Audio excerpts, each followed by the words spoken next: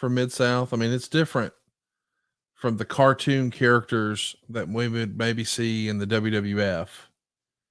Is it that nitty-gritty, down and dirty, brawling, blood? I mean, is that sort of what made Mid-South different from, say, Jim Crockett Promotions and the WWF? Well, maybe, uh, could be.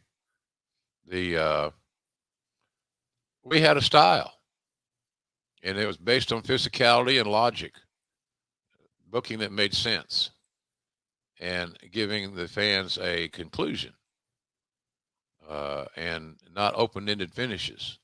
There was conclusion in most of the things that we did that would lead to next week. Uh, it was it was probably the greatest example of episodic television that I have of any company that I ever worked for, because we had a roster of 14, 16 guys, not many, and so some of them had to lose. So they all learned to improve their skill sets so that they could have a loss. But if the announcers are doing their job, the talents are doing their job, you hope that even in the course of losing, you come out on positive on the other side. And there's a way to do that.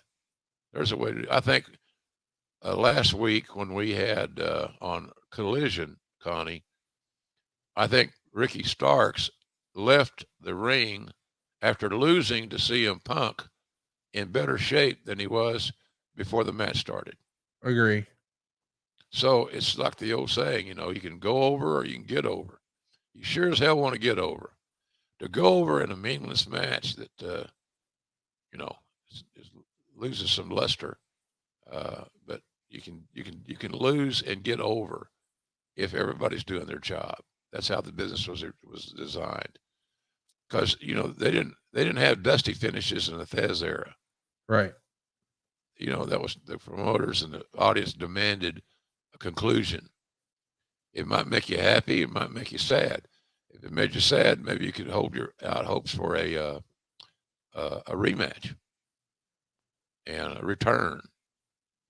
So now you guys, well, I beat him once. I don't. They have excuses. Yeah. They're rethinking the business, and that's embarrassing sometimes. To think that you look at the logic that some of these dudes utilize. It's just hard to. It's the old head scratcher. What are we doing? So you got to learn to work, and if you learn to work well enough, then you will learn how to lose and forward yourself. And that's a good example of that, as I just mentioned, is Ricky Starks and CM Punk last week on Collision.